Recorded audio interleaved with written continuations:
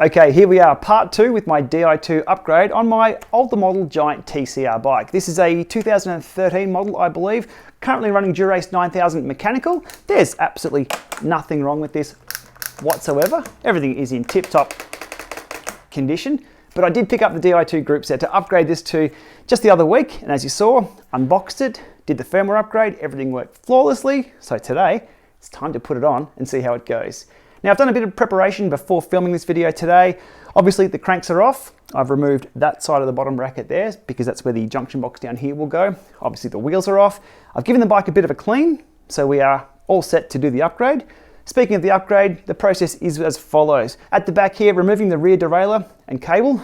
Further forward, obviously, the front derailleur comes off. Di2 front derailleur goes on. Up here, I've put a bit of tape around the seat post there in preparation for taking it off and putting it back right in the same place. The internal battery will go in there. Further forward, along here, both levers obviously coming off, Di2 levers going on, the gear cables coming off, bar tape will be replaced. The brake calipers are in great condition. They are Dura-Ace 9000, so they'll be staying. They'll match the grip set that's on there. And the outer housing of the brakes is also good. So I'll just put a new set of inner cables for the brakes. So it's all about preparation to make sure the upgrade will run smooth. And speaking about preparation, I have all my tools and everything I need laid out on the floor over here, which I'll run you through now. Okay, running through everything left to right here, there's a lot to get through, and hopefully this is all I'll need today. So my T-tool kit here from Feedback Sports. I have the 4th hand tool, which, look, this deserves its own little video. This thing is absolute magic. We'll cover that in a moment. Some bracket mounts for the internal battery, grommets, Di2 tool, the internal cable routing kit here. You know I love this, so it's always not too far away. Leatherman, cable snips, scissors, hammer. Hopefully we won't need that too much. Texter, tape, brake cables inners, brake cable ends, some cable ties to stop some rattling of the cables. Thanks to my young son Max for lending some wipes to keep everything clean. And we have the cyclic mount. I'm going to upgrade to that so I can fit the 1030 on the front of the bike. Swiss stop pads. Suji have sent over their hanger, so I'll be using that to see how that goes. Flex ribbon bar tape. There's the other half of the bottom bracket that I've pulled out. Chain has been removed and cleaned today. Di2 Bitzer kit, I call it, so there's a few extra cables and things in here. More tools, torque wrench, Bow Shield T9 for corrosion protection. We have some lube. We have the measuring tape, which we shouldn't need, but in case these cables aren't long enough and we need to figure out what cables to buy, that's going to come in handy. The pump's off the bike. Bottom bracket press toolkit, but most important is over here, and that's the Di2 kit in itself.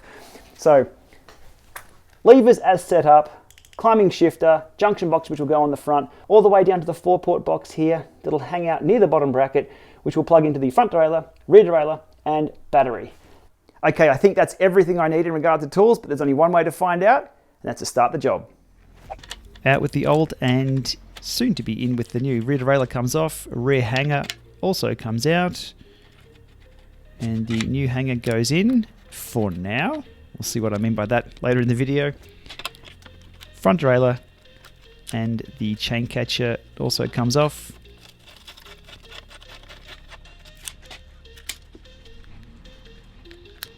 Blue bar tape comes off. I won't be returning to the blue bar tape. I'm going to be sticking with the traditional black bar tape for this rebuild.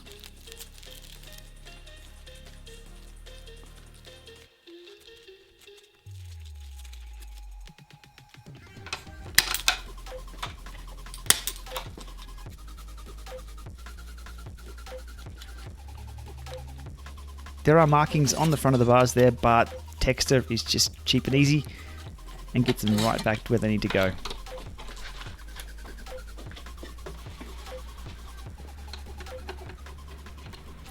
A few minutes later and we are almost ready to go with the installation of the new stuff. Getting the old stuff off was very, very easy. New hanger's already on, everything's ready to go. We left these cables in place, the front end is almost bare, and it's time to get this old beast up to Di2 standards.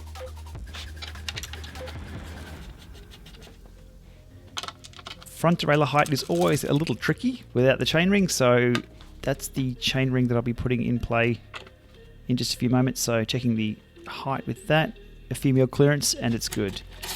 Levers go back on and into the exact same position.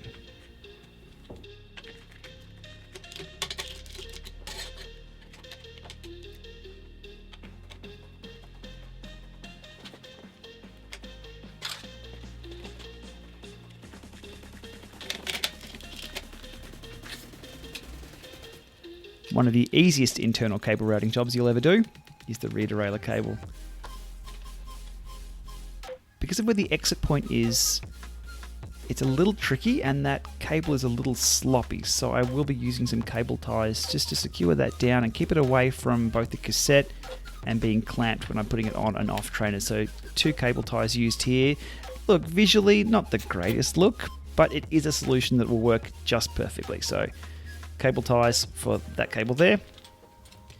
Now for one of the trickier jobs, routing the Di2 cable from the front of the bike all the way down to Junction B, which will be down near the bottom bracket. And I've chosen to go in that little hole at the top, down the down tube. And with the Park toolkit, life is good. Straight out, and there we go. Now on the cable here, you'll see some red cable ties, just some small ones. I've improvised it. I don't have the official Shimano/Di2 little cable ties that stop things rattling around, so I've just used some red, smaller cable ties so things don't rattle around too much within the frame. And there we go, we're fully routed for that cable. Job done. And a little grommet installed there, which makes things look really neat. On to the internal battery. And the non-round seat post presents a little bit of a challenge, so we'll just put a bit of tape around the top of the battery and the wedge goes in here. The wedge is then put in place and we should be good to go. The trick here is to leave enough slack in the cable that you can remove the seat and seat post without disconnecting the Di2 battery, so I will be leaving a little bit more slack in that cable than all of the others. Torque wrench in use. Okay, front derailleur getting hooked up. Little catch holder here into that small hole and a little grommet installed, and things look nice and neat. Junction A, 3-port external. Little band goes on there, keeps things nice and secure. Probably not the final solution I'll be going with for that, but it's what I have for now. Left and right levers getting plugged into the external junction box, as well as the cable down to the back of the bike from Junction A down to Junction B. And speaking of the B junction, the 4-port little hub, I've wrapped it in some bar tape so it won't rattle around inside the frame once it's all tucked away. Okay, everything plugged in, including the battery, and it's time to test.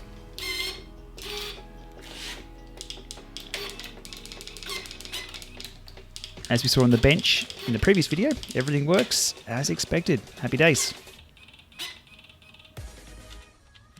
Now on to making this disappear and the bottom bracket reinstalled.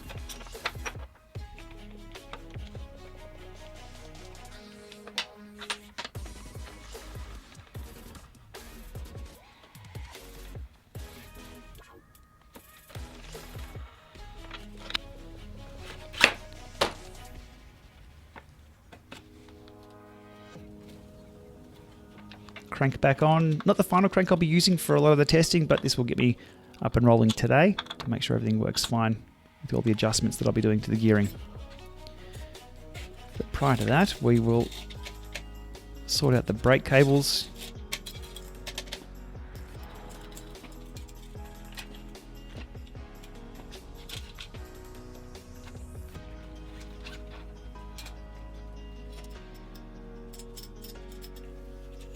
Again, one of my favorite tools, the Park tool, internal cable routing kit, doing the job here for the brake cable being routed and defying gravity. Old pads out, new pads in. Just refreshing everything as I go on the bike to make it feel like a brand new bike.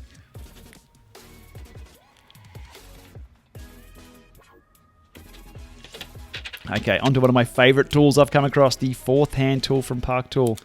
As you can see there, super easy to lock in and tighten everything up. I'll do another video on just this tool. It is fantastic and that easy to use and adjust your brakes with. Absolutely brilliant. Done. Super fast. Let's see that again on the front. Locked in place. Yep, adjusted perfectly. Secure down and front brakes are good. Easy as that. Now, unfortunately, this rear derailleur hanger isn't compatible with the rear derailleur that I have, so I've chosen the wrong one. So off with the new, on with the old. I'll have to order the correct part next time, but Having to readjust everything here with the old derailleur hanger. It's not bent or anything, I just wanted to use something new, but next time around. So the Di2 cable is a little bit closer than I'd like to that quick release, but once the chain and everything is on and there's tension on the rear derailleur, it moves it away, so that's all good, nothing to worry about there. And the chain hasn't been oiled, I'm running it dry for now as I readjust everything to make sure the gears change. Very easy to adjust Di2 for optimal gear changing. Once it's in place, highs and lows, and that's pretty much it. It's all good to go. It was only about 2 or 3 minutes. Job done. Okay, a bit of a spaghetti jungle here again with everything, including the wires and zip ties for my beloved satellite shifter. Definitely not an essential thing to have, but I just like it, so I've put it on all of the Di2 bikes that I run. Quite an easy install too. Okay, just neatening up Junction A down to Junction B, that cable that runs down the down tube. Making sure we've got enough slack in there that I can turn corners. Very, very tight corners. And finally, which I'll speed up a lot, is the bar tape wrap. The black of this, which is the BBB Flex tape, comes out a lot better than the god-awful blue tape that I had on there. Okay, let's get outside and give this a test ride. Working a charm.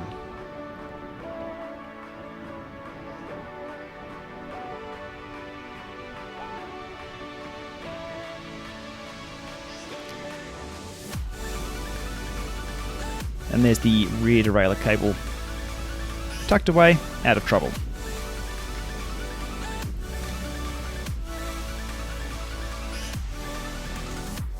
And as luck would have it, on the maiden voyage, it started to rain. So let's have a quick look top to bottom of the changes here. Levers looking good. The bike was spotless before I took it out and got rained on. Black tape sets it off just nicely. We'll get rid of that junction box one day, but the 3-port front junction box working fine with the climbing shifter. I'll be switching over to the handlebar junction box one day soon. Front derailleur with the Sugi and rotor. Rear derailleur.